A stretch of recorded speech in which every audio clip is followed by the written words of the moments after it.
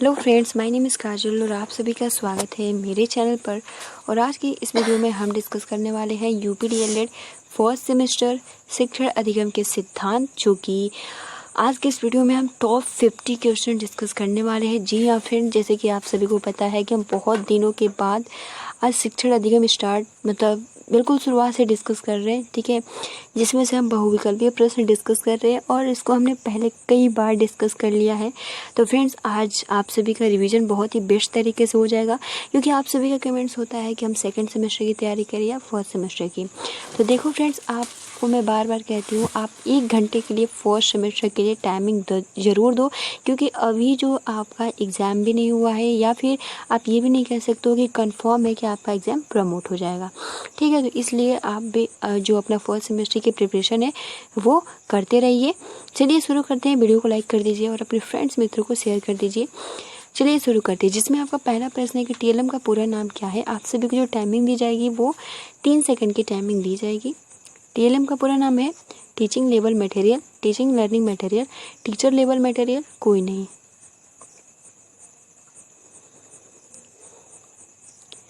बिल्कुल सही, यहाँ पे हो जाएगा टीएलएम का पूरा नाम है teaching learning material. Option number B यहाँ पे करेक्ट हो जाएगा। सेकंड आपका क्वेश्चन है कि किस शिक्षण सूत्र में पहले तथ्य या विषय वस्तु की पूर्ण जानकारी अल्प रूप से दी जाती है और फिर उसे एक एक अंश की जानकारी दी जाती है। ऑप्शन ए पूर्ण से अंश की ओर, ऑप्शन बी सरल से कठिन की ओर, ऑप्शन सी संश्लेषण से विश्लेषण की ओर, ऑप्शन डी स्थूल से सूक्ष्म की ओर। तो बताइए सेकंड का आंसर क्या होगा।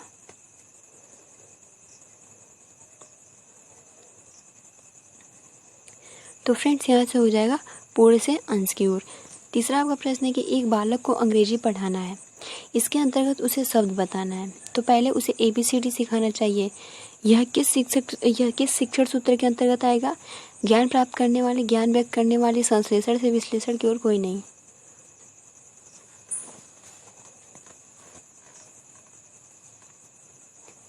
तो फ्रेंड्स, यहाँ पे हो जाएगा ऑप्शन नंबर सी, संश्लेषण से विश्लेषण की ओर, ठीक है। देखिए फोर्थ आपका क्वेश्चन है कि गतिविधियों के प्रकार हैं ज्ञान प्राप्त होने वाली, ज्ञान व्यक्त करने वाली, अनुभव करने वाली, ये सभी। तो गतिविधियों के प्रकार हैं, तो फ्रेंड्स यहाँ पे हो जाएगा ऑप्शन नंबर डी, ये सभी, ठीक है।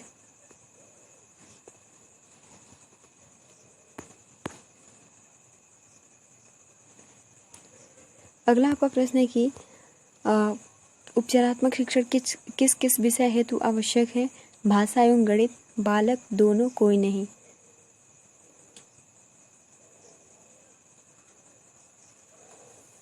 तो फ्रेंड्स यहाँ पे हो जाएगा ऑप्शन नंबर अ, यानी भाषा एवं गणित के लिए बेहद ही आवश्यक है उपचारात्मक शिक्षण। 6 आपका प्रश्न है कि उपचारात्मक शिक्षण किन किन कक्षाओं के लिए उपयोगी है। कक्षा 2 व कक्षा 3 के लिए, कक्षा 1 व कक्षा 2 के लिए, कक्षा अ तथा ब दोनों के लिए, कोई नहीं। तो फ्रेंड्स यहाँ पे हो जाएगा जो आपका यहाँ पे कह रहा है कि उपचारात्मक शिक्षण किन किन कक्षाओं के लिए उपयोगी है। तो फ्रेंड्स यहाँ पे हो जाएगा ऑप्शन नंबर क्वेश्चन का ऑप्शन नंबर अ करेक्ट हो जाएगा, कक्षा 2 व कक्षा 3 के लिए, ठीक है। 7th आपका प्रश्न है डॉल्टन पद्धति के जन्मदाता है जॉन डॉल्टन, पार्कहर्स्ट, फॉरवेल, कोई नहीं। डॉल्टन पद्धति के जन्मदाता हैं,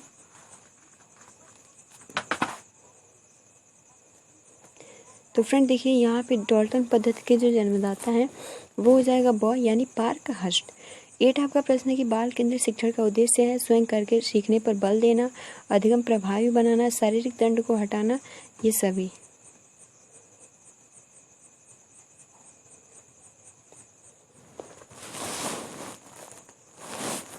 तो फ्रेंड्स यहाँ पे ये बाल केंद्रित शिक्षण का उद्देश्य है स्वयं करके सीखने पर बल देना, अधिगम प्रभावी बनाना, शारीरिक दंड को हटाना, ये सभी यहाँ पे राइट आंसर हो जाएगा, ठीक है। और आप सभी का भी करेक्ट आंसर है। 9 आपका क्वेश्चन है कि सीखने की प्रक्रिया है, अधिगम है, सीखने की प्रक्रिया, सिखाने की प्रक्रिया, सीखने तथा सिखाने की प्रक्रिया, कोई नहीं। तो 9th का आंसर क्या होगा, बहुत ईजी है, आसानी से बता सकते हो। फ्रेंड देखिए यहाँ पर आंसर जो हो जाएगा वो हो जाएगा सी, यानी सीखने तथा सिखाने की प्रक्रिया। Option number C is the right answer. 10 आपका क्वेश्चन है कि शिक्षण की त्रिमुखी प्रक्रिया के 3 बिंदु हैं, शिक्षक, शिक्षार्थी, पाठ्यक्रम। शिक्षक पेन विद्यालय, शिक्षार्थी श्यामपट्ट पेन, कोई नहीं। तो शिक्षण की त्रिमुखी प्रक्रिया के 3 बिंदु हैं, तो फ्रेंड्स यहाँ पे ऑप्शन नंबर अ यानी शिक्षक, शिक्षार्थी और पाठ्यक्रम तीनों ही आ जाएंगे, इसलिए option number A is the right answer. 11 आपका प्रश्न की कथन है, शिक्षण सूत्र पथ प्रदर्शन करते हैं जिनमें सिद्धांत से व्यवहार सहायता के लिए अपेक्षा की जाती है रेमंड का, गिलफोर्ड का, भाटिया का, स्किनर का। तो यहाँ पे राइट आंसर क्या होगा? तो फ्रेंड देखिए ऑप्शन नंबर अ यहाँ पे करेक्ट हो जाएगा, रेमंड का। ठीक है।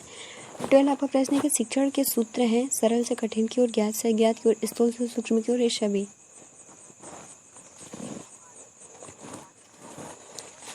बिल्कुल सही, यहाँ पे हो जाएगा ऑप्शन नंबर डी, ये सभी। 13 नंबर आपका प्रश्न है कि उपचारात्मक शिक्षण के लाभ हैं, छात्राओं की दुर्बलता व कठिनाइयों का पता चल जाता है, छात्रों का पथ प्रदर्शन होता है, कठिनाइयों का निराकरण होता है, ये सभी। तो उपचारात्मक शिक्षण के लाभ हैं,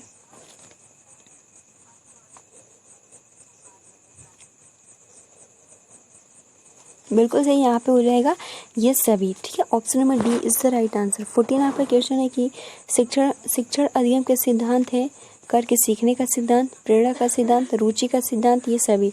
तो शिक्षण अधिगम का सिद्धांत है,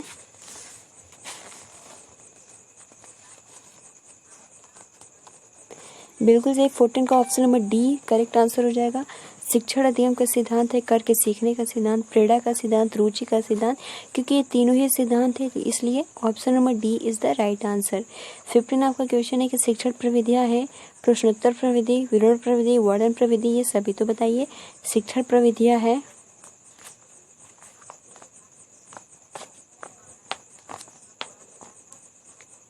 बिल्कुल सही फ्रेंड, शिक्षण प्रविधियां है। यहाँ पे आपका प्रश्नोत्तर प्रविधि भी हो जाएगा। ठीक है, विवरण प्रविधि भी हो जाता है, वर्णन प्रविधि भी। तो ये तीनों ही क्या है, शिक्षण प्रविधियां है, इसलिए option number D is the right answer. 16 आपका क्वेश्चन है कि शिक्षण की नवीन विधियां है, बाल केंद्रित शिक्षण, गतिविधि आधारित शिक्षण और तथा वह दोनों, इनमें से कोई नहीं।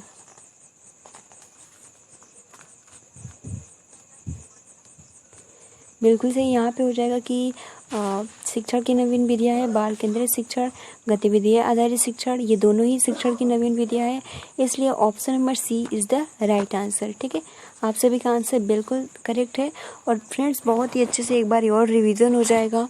ठीक, बहुत ही मतलब जितने भी आपके लॉन्ग क्वेश्चन है, शॉर्ट क्वेश्चन है, ये भी हम इसी टाइम मतलब कि आप कह सकते हो कि रात के 10 बजे बिल्कुल मतलब स्टार्टिंग से, ताकि आप सभी का जो रिवीजन है वो कभी भी मतलब कंटिन्यू चलता रहे। ठीक है, देखिए 17 प्रश्न की पावलाओं ने अपना प्रयोग किया था कुत्ते पर, चूहे पर, भालू पर, हिरन पर। तो पावलाओं ने अपना प्रयोग किस पे किया था? बिल्कुल सही फ्रेंड्स, पावलाओं ने अपना प्रयोग जो किया था वो कुत्ते पर किया था। Option number A is the right answer. 18 का प्रश्न है कि यदि एक व्यक्ति दूसरे व्यक्ति को सूचना या जानकारी देता है, दूसरा व्यक्ति उसे समझ लेता है, तो कहलाता है संप्रेषण, कल्पना, स्मृति, ध्यान।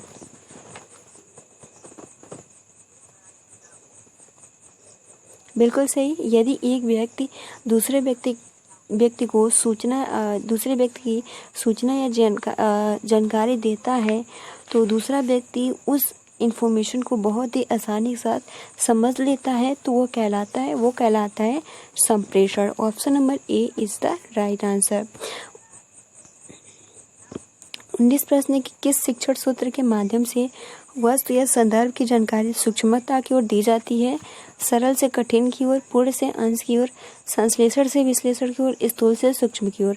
तो किस शिक्षण सूत्र के माध्यम से वस्तु या संदर्भ की जानकारी सूक्ष्मता की ओर दी जाती है? इजी क्वेश्चन है, आसानी के साथ आंसर कर सकते हो। बिल्कुल सही, यहाँ पे ऑप्शन नंबर डी स्थूल से सूक्ष्म की ore is the right answer. 20 आपका क्वेश्चन है कि किसका कथन है कि शिक्षण अधिगम हेतु दिया गया उद्दीपन, मार्गदर्शन, दिशा, बोध और प्रोत्साहन है? किसका स्टेटमेंट है? बर्टन का, रायबर्न का, वर्टन का, जॉन ड्यूबी का? बताइए।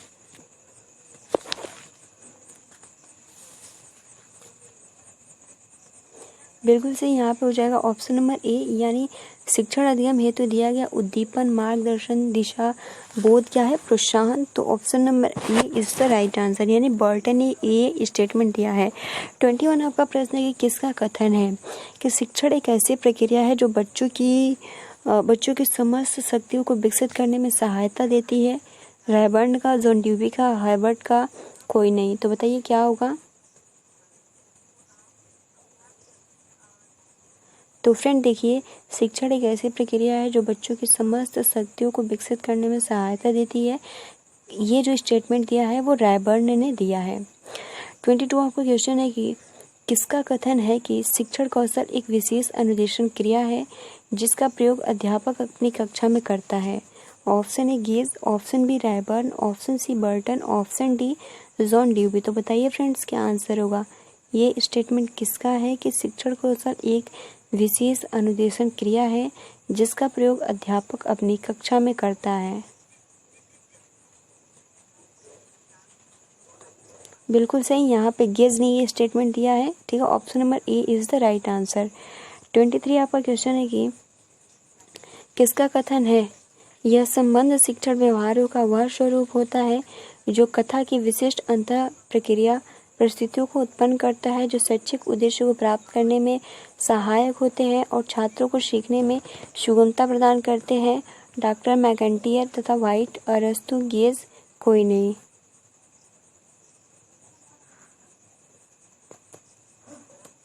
बिल्कुल सही, यहाँ पे हो जाएगा ऑप्शन नंबर ए, यानी डॉक्टर मैकेंटियर तथा वाइट। 24 आपका प्रश्न है कि किसका कथन है शिक्षण अधिगम परिस्थिति को विचारहीनता से विचारपूर्णता तक चलाने वाली संक्रिया है? विक्स का, रैबर्न का, अरस्तु का, जॉन ड्यूवी का। तो तभी से हम लोग डिस्कस कर रहे हैं, तो यही ऑप्शन है फिलहाल, इसका भी यही ऑप्शन हो जाएगा 24 का ऑप्शन नंबर अ। यानी ये जो स्टेटमेंट है ये विक्स का है। इन्होंने जो स्टेटमेंट दिया है कि शिक्षण अधिगम परिस्थितियों को विचारहीनता से विचारपूर्णता तक चलाने वाली क्या है? संक्रिया है। 25 प्रश्न है कि बच्चों में कल्पना शक्ति का विकास किया जा सकता है? प्रश्नोत्तर द्वारा, कहानी द्वारा, व्याख्यान द्वारा, समूह कार्य द्वारा। बताइए, बच्चों में कल्पना शक्ति का विकास किया जा सकता है प्रश्नोत्तर द्वारा, कहानी द्वारा, व्याख्यान द्वारा? बिल्कुल सही, यहाँ पे हो जाएगा कहानी द्वारा। 26 का प्रश्न है कि पर्यटन के प्रकार है? संक्षिप्त या लघु पर्यटन, सामान्य पर्यटन, पर्यटन विस्तृत क्षेत्रीय पर्यटन, ये सभी। तो पर्यटन के प्रकार हैं, बिल्कुल सही ऑप्शन नंबर डी, यानी संक्षिप्त या लघु पर्यटन, सामान्य पर्यटन, विस्तृत क्षेत्रीय पर्यटन, ये तीनों ही हो जाएंगे। तो ये सभी इज द राइट आंसर। 27 आपका क्वेश्चन है कि खेल विधि पर आधारित शिक्षण विधियां है? मॉन्टेसरी, किंडरगार्टन पद्धति, डॉल्टन पद्धति, ये सभी बहुत इजी क्वेश्चन है। Option number D is the right answer. 28 आपका प्रश्न है कि वाद विवाद प्रविधि की खोज करता है? हेरी ए आवर स्ट्रीट, डॉल्टन, फॉरवेल, कोई नहीं। तो बताइए वाद विवाद प्रविधि की खोज करता कौन है?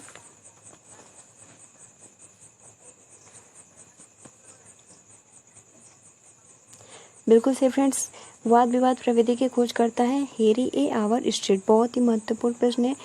29 आपका प्रश्न है कि थॉर्नडाइक के कितने मुख्य नियम है? 3, 4, 5, 6। तो ये भी इजी क्वेश्चन है। थॉर्नडाइक के कितने मुख्य नियम है? ये याद ही है, 3 होगा। ठीक है, थॉर्नडाइक के मुख्य नियम कौन कौन से हैं? प्रभाव का नियम, अभ्यास का नियम, तत्परता का नियम, ये सभी। तो फ्रेंड्स थॉर्नडाइक के नियम कौन कौन से हैं? तो क्योंकि ये तीनों ही हो जाएगा, ये सभी इज द राइट आंसर। देखिए 31 है कि थॉर्नडाइक का सिद्धांत है प्रयत्न तथा त्रुटि का सिद्धांत, सूझ का सिद्धांत, दोनों, कोई नहीं। तो ये भी इजी क्वेश्चन है। थॉर्नडाइक का सिद्धांत है प्रयत्न तथा त्रुटि का सिद्धांत, ऑप्शन नंबर ए यहाँ पे करेक्ट हो जाएगा। 32 प्रश्न है कि थॉर्नडाइक ने अपना प्रयोग किया था बिल्ली पर, कुत्ते पर, शेर पर, गाय पर? तो फ्रेंड कुत्ते पर पावलाव ने किया था, एक ही ऑप्शन बचता है बिल्ली पर थॉर्नडाइक ने किया था। Option number A is the right answer. 33 प्रश्न की प्रयत्न तथा त्रुटि का सिद्धांत दिया था कॉलर ने, थॉर्नडाइक ने, स्किनर ने, कोई नहीं। तो फ्रेंड्स यहाँ पे ऑप्शन नंबर बी, यानी प्रयत्न तथा त्रुटि का सिद्धांत जो दिया था वो थॉर्नडाइक ने दिया था, ऑप्शन नंबर बी। 34 आपका प्रश्न है कि गतिविधि कितने प्रकार की होती है? 3, 2, 4, 6। तो गतिविधि कितने प्रकार की होती है? क्योंकि हमने शुरू में ही डिस्कस किया था, है ना। बताइए कितने प्रकार की होती है। तो देखिए फ्रेंड्स, यहाँ पे जो गतिविधि होती है वो 3 प्रकार आप सभी को पता है कौन कौन सी। ज्ञान प्राप्त होने वाली, ज्ञान व्यक्त करने वाली, अनुभव करने वाली, ये क्या हो जाती है, गतिविधि के प्रकार है। तो 3 होती है। गतिविधियों में श्रेणीकरण है शारीरिक व मानसिक, ये सभी। तो फ्रेंड देखिए ये भी हो जाता है, ये सभी इज द राइट आंसर, ठीक है। उसके बाद देखिए 36 है कि भाषा की दक्षताएं हैं सुनना, बोलना, लिखना, सभी। तो फ्रेंड भाषा की दक्षताएं हैं क्योंकि किसी भी आप जैसे कि किसी भी भाषा को सीखने के लिए स्किल्स होने चाहिए, सुनना, बोलना, लिखना, पढ़ना, ये चारों हो जाता है। तो फ्रेंड्स यहाँ पे सभी इसका राइट आंसर हो जाएगा। उसके बाद देखिए 37 आपका प्रश्न है कि सहगामी शिक्षण का उद्देश्य है शिक्षण एवं छात्रों को क्रियाशील करना, छात्रों को शारीरिक एवं मानसिक रूप से क्रियाशील करना, अस्थायी ज्ञान प्रदान करना, ये सभी। बिल्कुल सही यहाँ पे हो जाएगा, ये सभी इज द राइट आंसर। देखिए अगला जो आपका प्रश्न है कि टीएलएम उत्तर टीएलएम की विशेषताएं हैं। ऑप्शन ए बिना लागत का होना चाहिए, ऑप्शन बी कम लागत का होना चाहिए, ऑप्शन सी बालकों को हानिकारक नहीं होना चाहिए, ऑप्शन डी ये सभी। तो उत्तम टीएलएम की विशेषताएं हैं। तो फ्रेंड्स यहाँ पे ये सभी इज द राइट आंसर हो जाएगा। मतलब बिना लागत का होना चाहिए, ठीक है, कम लागत का होना चाहिए, और बालकों के लिए मतलब हानिकारक भी नहीं होना चाहिए। तो ऑप्शन नंबर डी यहाँ पे करेक्ट हो जाएगा। 39 आपका क्वेश्चन है कि सीखने में सहज संबंध को बताया पावलोव ने, अरस्तु ने, थॉर्नडाइक ने, कॉलर ने। तो फ्रेंड्स सीखने में सहज संबंध को बताया है पावलोव ने। Option number A is the right answer. 40 आपका प्रश्न है कि वर्तमान शिक्षा का केंद्र बिंदु है अध्यापक, विद्यालय, प्रशासन, बालक। तो बताइए वर्तमान शिक्षा का केंद्र बिंदु है, बिल्कुल इजी है, बालक यहाँ पे करेक्ट आंसर हो जाएगा। 41 आपका प्रश्न है कि छात्रों से उत्तर निकलवाने में सहायक है शिक्षण कौशल, शिक्षण सूत्र, शिक्षण प्रविधियाँ, उपयुक्त सभी। तो फ्रेंड देखिए क्या होगा यहाँ पे, ऑप्शन नंबर डी यहाँ पे शिक्षण कौशल भी हो जाएगा, शिक्षण सूत्र भी हो जाएगा, शिक्षण प्रविधियाँ हो जाएगा, क्योंकि सभी छात्रों को उनके विकास के लिए ही बनाया गया है ताकि उनकी सीखने में कोई भी बाधा न आए। तो इसलिए option number D is the right answer. 42 आपका प्रश्न है कि बुनियादी अथवा बेसिक शिक्षा के जनक है महात्मा गांधी, पंडित जवाहरलाल नेहरू, सरदार पटेल, बिपिन चंद्र पाल। तो ये भी इजी क्वेश्चन है, option number A is the right answer. 43 आपका क्वेश्चन है कि शिक्षण सूत्र पथ प्रदर्शन करते हैं जिनमें सिद्धांत व्यवहार में सहायता के लिए अपेक्षा की जाती है। यह कथन किसका है, रेमंड का, रूसो का, फॉर्बल का, कॉल्विन का। तो फ्रेंड्स बताइए क्या हुआ, शिक्षण सूत्र पथ प्रदर्शन करते हैं जिनमें सिद्धांत से व्यवहार में सहायता के लिए अपेक्षा की जाती है। बिल्कुल सही, टी रेमंड का ये स्टेटमेंट है। 44 आपका प्रश्न है कि शिक्षा के अधिकार के अंतर्गत निःशुल्क शिक्षा का प्रावधान निम्नलिखित है 6 से 14 वर्ष तक के बच्चों के लिए, 9 से 12, 13 से 19, 18 से 21। तो ये भी इजी क्वेश्चन है, ऑप्शन नंबर हो जाएगा ए, यानी 6 से 14 वर्ष। देखिए 45 आपका प्रश्न है कि किसी देश की आधारशिला होती है उस देश की प्राथमिक शिक्षा, माध्यमिक शिक्षा, उच्च शिक्षा, व्यावसायिक शिक्षा। तो बताइए 45 का आंसर क्या होगा, कि किसी देश की आधारशिला होती है, बिल्कुल इजी है, प्राथमिक शिक्षा। 46 का प्रश्न है कि विश्लेषण से संश्लेषण सूत्र का प्रभावी प्रयोग निम्नलिखित विषय में किया जाता है। इतिहास विषय में, संगीत के विषय में, भूगोल के विषय में, संस्कृत में। तो 46 का आंसर जो हो जाएगा वो हो जाएगा इतिहास के विषय में। उसके बाद देखिए अगला जो आपका क्वेश्चन है कि व्याख्या उन तथ्यों, नियमों या संबंधों का स्पष्टीकरण है जिनको शिक्षक चाहता है कि श्रोता उसे समझे। यह कथन किसका है, रस का, डम्बिल का, रूसो का, विवेकानंद का। तो बताइए क्या हुआ,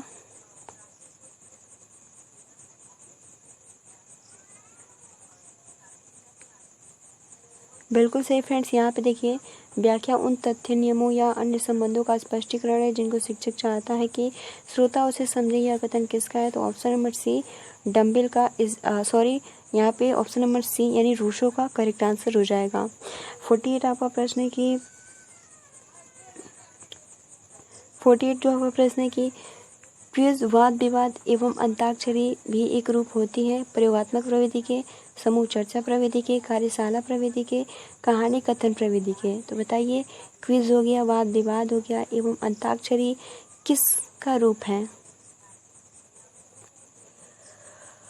बिल्कुल इजी क्वेश्चन है, option number B is the right answer. 49 आपका प्रश्न है कि प्रस्तावना कौशल का संबंध छात्रों के डैश होता है? पूर्व ज्ञान से, पाठो उपरांत निष्कर्ष से, मौन वाचन से, इनमें से कोई नहीं।